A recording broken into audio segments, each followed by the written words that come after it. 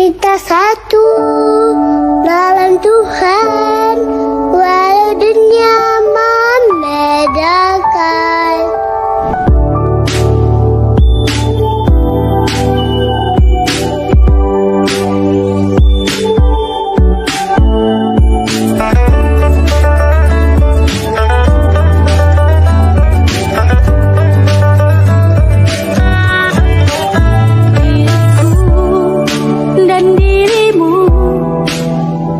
Berbeda bagaikan pelangi hiasi langit biru saat kau dan aku.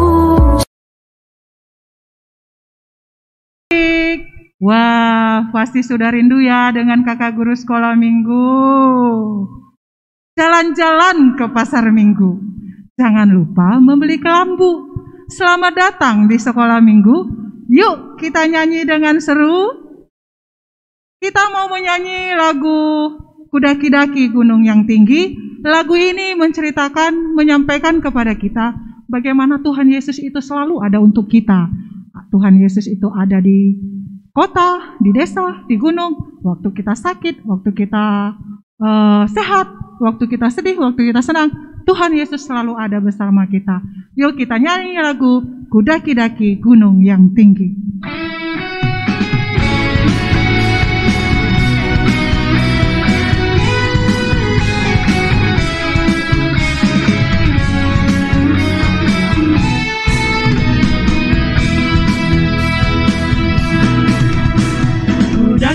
Daki-daki gunung yang tinggi, ku turun lembah yang dalam, ku melintasi padang rumput hijau membentang.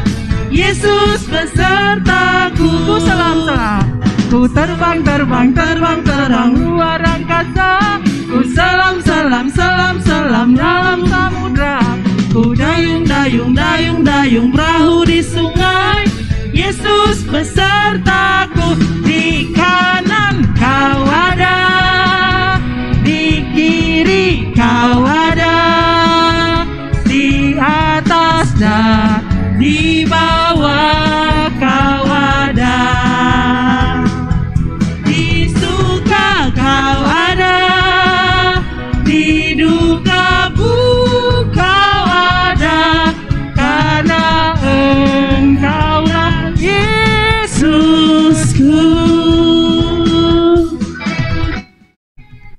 Ya, Tuhan Yesus ada dimanapun. Tuhan selalu ada bersama kita. Nah, sekarang kita adik-adik sekolah minggu, mau nggak berjalan dengan Yesus? Mau nggak ikut dengan Tuhan Yesus? Seperti lagu kita sekali ini, Jalan Serta Yesus. Yuk kita nyanyi lagu Jalan Serta Yesus.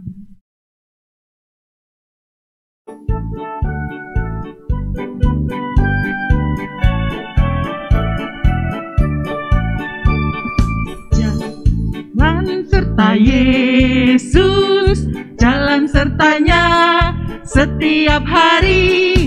Jalan serta Yesus, serta Yesus selamanya. Jalan dalam suka, jalan dalam duka, jalan sertanya setiap hari. Jalan dalam suka, jalan dalam duka, serta Yesus selamanya.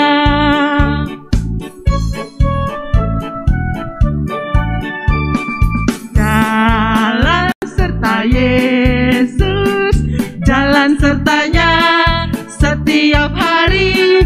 Jalan serta Yesus, serta Yesus selamanya. Jalan dalam suka, jalan dalam duka, jalan sertanya setiap hari. Jalan dalam suka, jalan dalam duka, serta Yesus selamanya.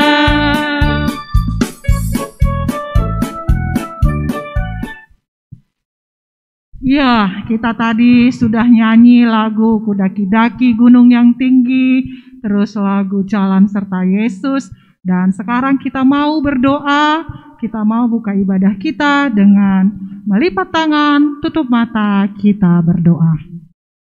Kita bersatu dalam doa. Terima kasih Tuhan Yesus yang baik, terima kasih Bapa di surga, terima kasih Roh Kudus, terima kasih buat penyertaan Tuhan yang telah Tuhan berikan kepada kami. Bapa yang baik, pada hari ini kami sangat bersuka cita kalau kami masih boleh berdoa, masih boleh berkumpul, dan boleh mengadakan kebaktian sekolah minggu kami. Walaupun masih secara online, tapi kami tetap bersuka cita. Tadi kami sudah bernyanyi Bapa, dan nanti kami juga akan mendengarkan firman Tuhan. Tutup bungkus kami dengan kuasa Roh Kudus Tuhan, agar selama berkebaktian kami dapat mendengarkan firman Tuhan dengan baik. Kami mau serahkan segalanya dalam kehidupan dalam tangan Tuhan. Berkatilah kami selalu ya Bapa, ikut campur tangan dalam setiap proses kehidupan kami. Terima kasih Tuhan Yesus, inilah doa anak-Mu. Kami datang melalui satu nama, Yesus Kristus Juru Selamat kami yang hidup. Amin. Saatnya kita akan mendengarkan firman Tuhan. Tapi sebelum kita mendengarkan firman Tuhan, kita mau nyanyi lagu yang mengajarkan kepada kita kesetiaan. Jadi mari kita bernyanyi lagu Setia, Setialah.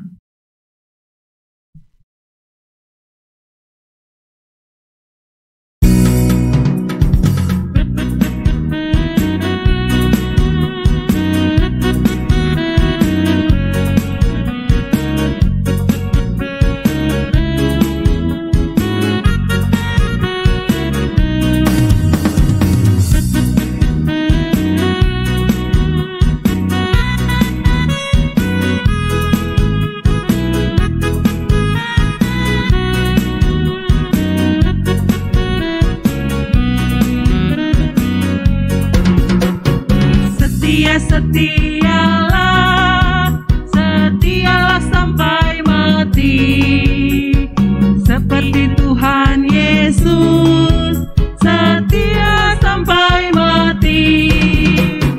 Apakah balasanmu untuk kasih setianya? Setia, setialah, setialah sampai mati. Sekali lagi kita mau nyanyikan lagu ini.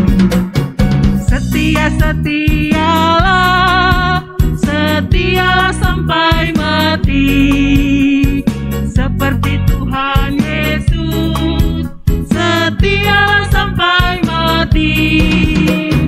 Apakah balasanmu untuk kasih setianya? Setia, setialah, setialah sampai mati.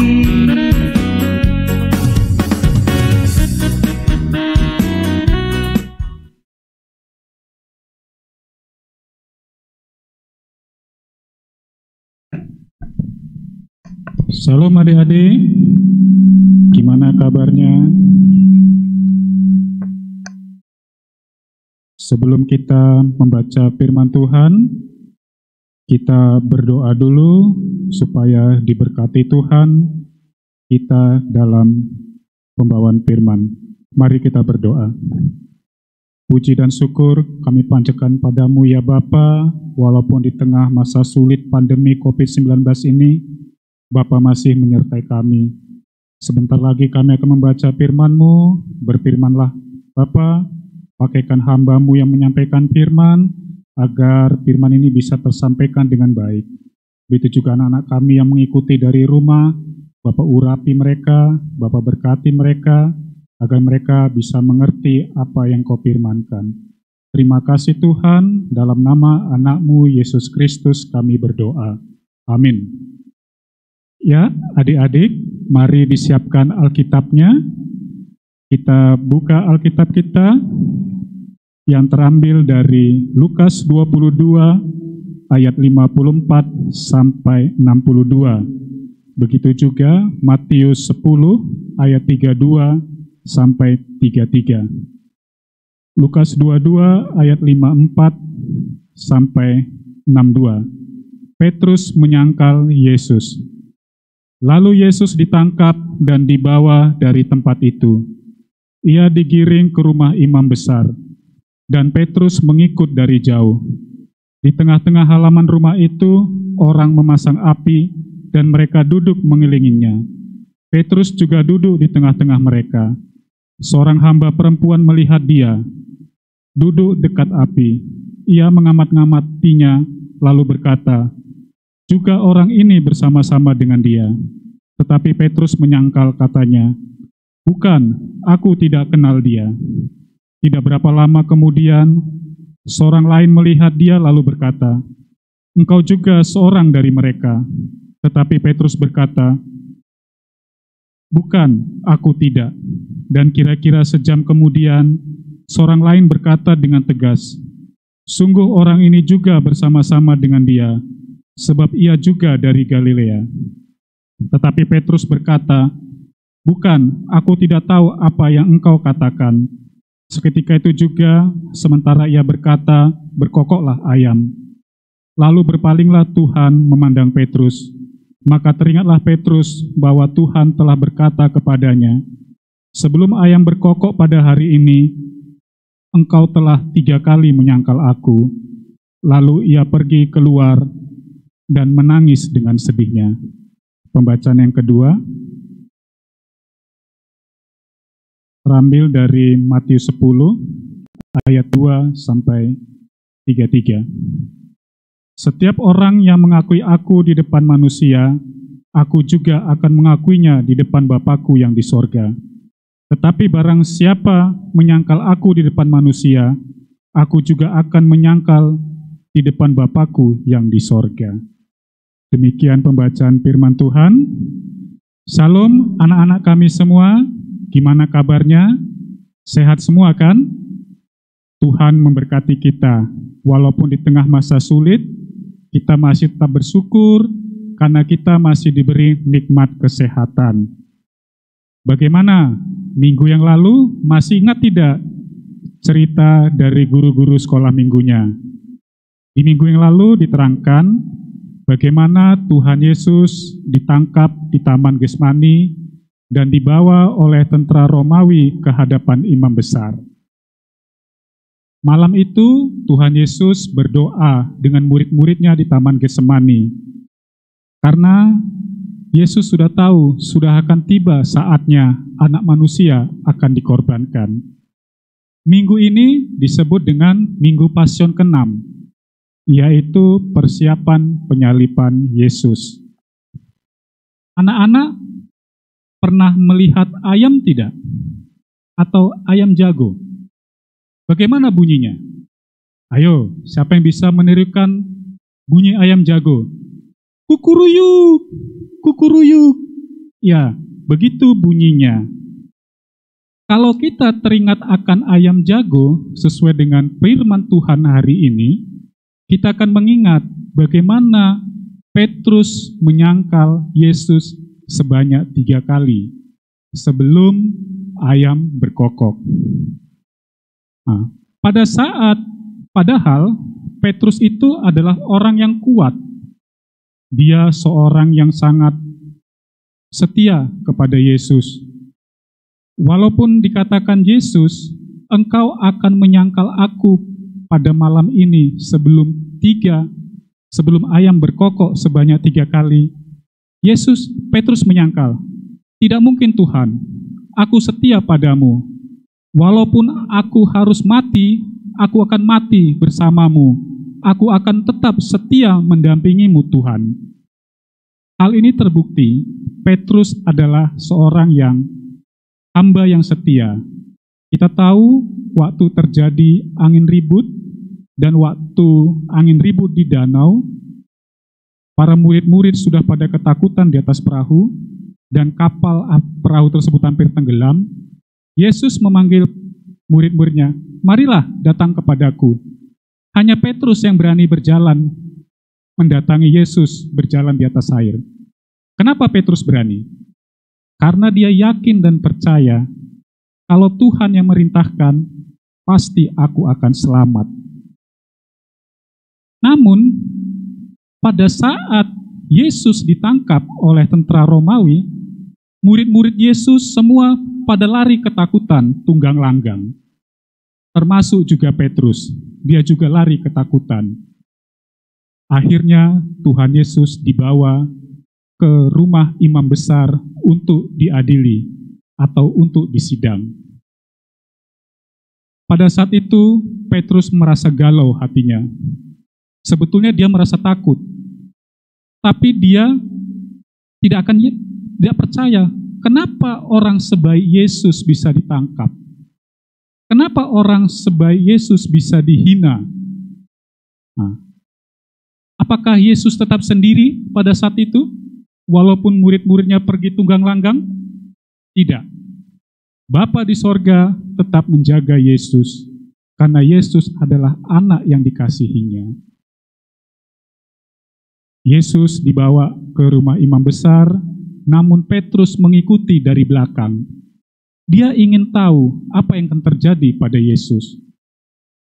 Nah, pada saat Yesus sudah sampai di rumah imam besar, sudah banyak masyarakat di situ berkumpul untuk melihat pengadilan Yesus.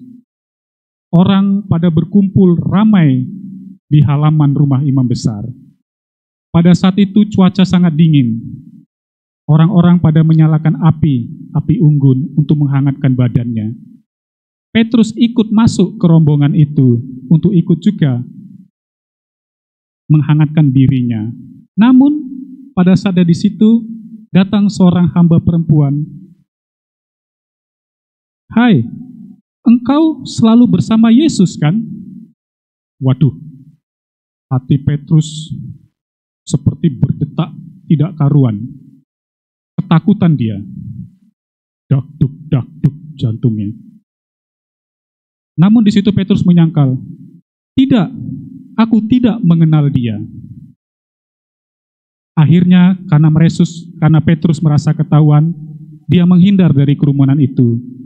Dia makin kedekat ke halaman rumah imam besar. Namun setiba di sana juga, seorang hamba yang lain berkata, "Engkau juga seorang dari mereka kan? Engkau murid Yesus kan?" Di sini juga Petrus menyangkal, "Tidak, aku bukan murid Yesus, aku bukan dari dia." Akhirnya juga Petrus pergi lagi dari tempat itu. Namun sejam kemudian, banyak juga orang yang akhirnya mengenali Petrus. Kata orang-orang di situ, "Orang ini adalah orang Galilea yang selalu bersama dengan Yesus." Akhirnya Petrus tetap menyangkal lagi, "Bukan, aku bukan dari dia. Kalaupun aku adalah murid dia, terkutuklah aku," kata Petrus. Dalam hal ini Petrus menyangkal. Pada saat Petrus menyangkal, berkokoklah ayam pada saat itu. Kukuruyu, kukuruyu. Pada saat ayam berkokok, Yesus menoleh kepada Petrus dengan belas kasihan. Pada saat itu Petrus memandang wajah Yesus. Di situ dia merasa menyesal. Akhirnya dia lari keluar dan akhirnya menangis secara terseduh-seduh. Kenapa aku menyangkal Tuhan yang sudah begitu baik terhadap hidupku? Namun apa daya, penyesalan sudah menjadi bubur. Penyesalan tidak ada artinya. Hal ini kenapa bisa terjadi? Karena rohani daripada Petrus saat itu adalah sangat lemah. Memang badannya kuat, fisiknya kuat, tapi imannya lemah. Karena apa? Karena pada saat itu Petrus tidak berserah kepada Yesus. Walaupun disebut Petrus adalah batu yang kuat atau orang yang kuat secara fisik, tetapi secara rohani Petrus saat itu lemah imannya. Bagaimana dengan anak-anak? Seandainya dalam posisi seperti Petrus, apakah seperti Petrus? Terutama anak-anak remaja. Yang perlu kita ketahui, penyangkalan Petrus itu artinya adalah penyangkalan kita pada masa yang akan datang. Adik-adik remaja, bagaimana? Berani tidak bersaksi bahwa anak-anak adalah saksi-saksi Kristus di dunia ini? Bagaimana kita mau bisa bersaksi sebagai anak-anak pengikut Kristus? Ya, kita harus menunjukkan anak Kristus itu berbeda dengan anak-anak yang lainnya. Kita harus berani berkata jujur, jujur dalam segala hal. Berani katakan tidak kalau salah. Berani katakan yang benar kalau itu benar.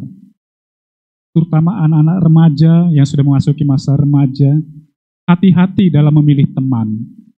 Karena salah bergaul, akibatnya rusak masa depan. Anak-anak harus berani bersaksi bahwa kalian adalah anak-anak Kristen, anak-anak Tuhan. Nah, namun kadang-kadang penyangkalan diri itu amat sulit. Contoh, disuruh belajar, ayo anakku belajar. Tetapi anak-anak lebih asik dengan main game. Kenapa? Kemauan daging, tidak berani menyangkal diri. Lebih enak main game. Sebentar saja, 10 menit untuk refreshing. Alasannya refreshing.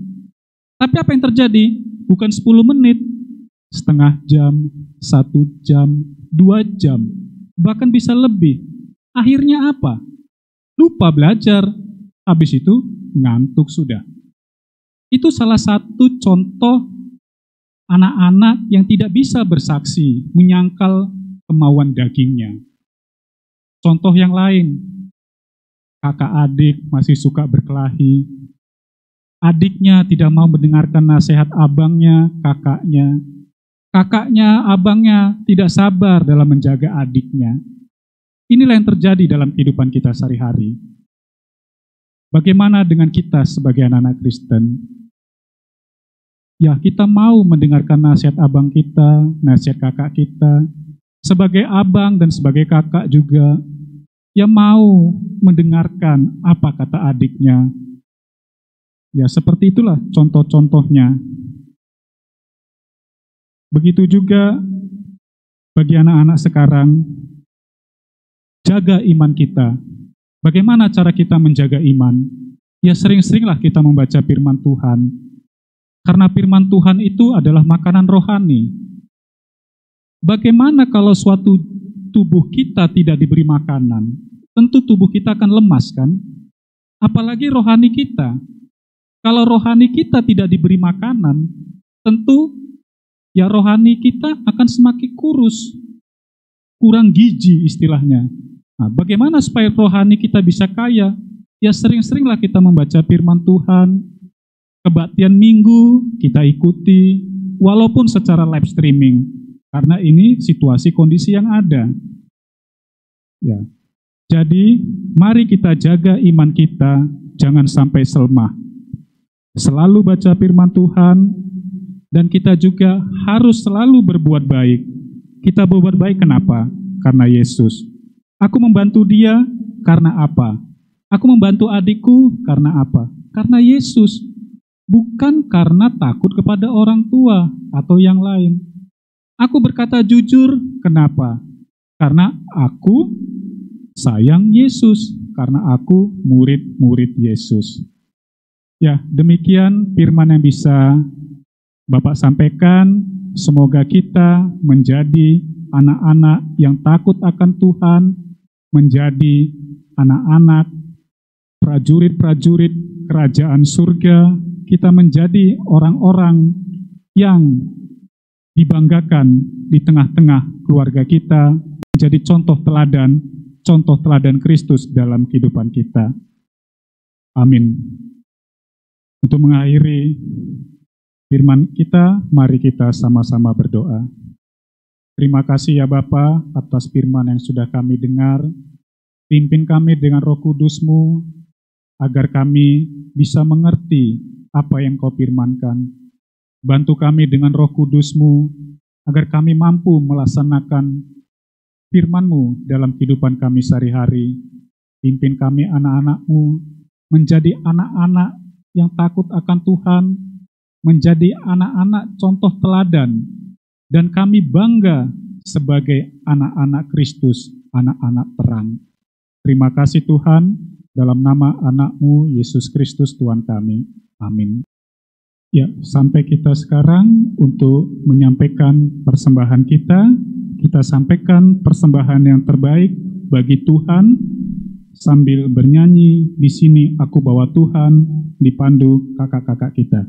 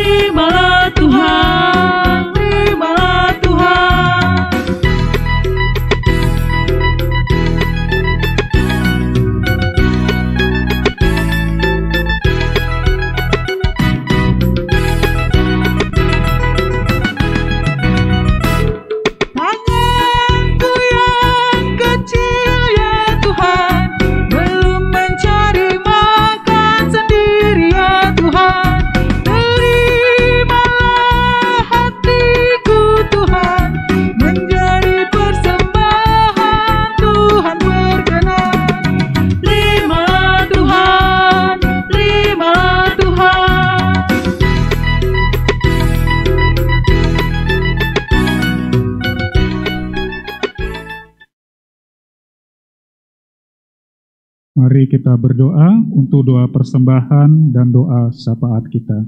Kita berdoa. Terima kasih Tuhan, kami sudah mengumpulkan sebahagian rejeki yang ada pada orang tua kami Tuhan.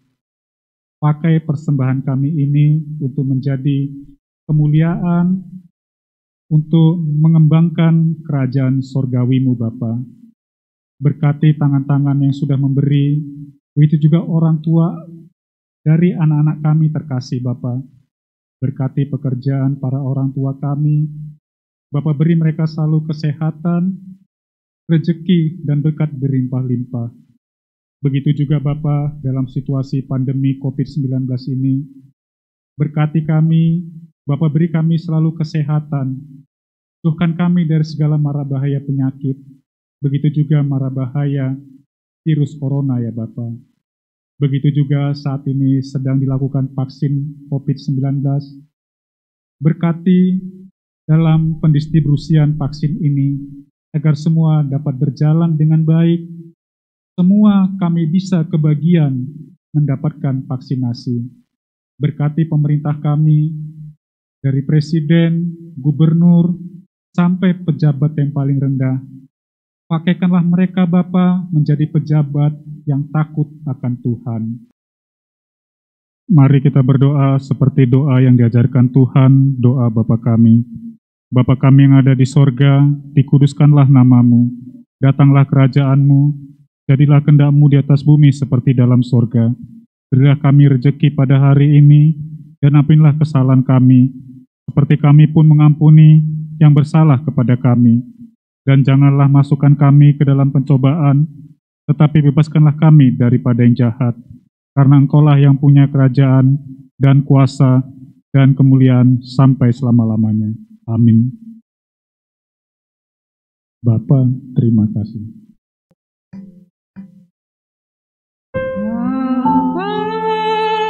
Terima kasih. Bapa, terima kasih. Bapa di dalam surga, ku berterima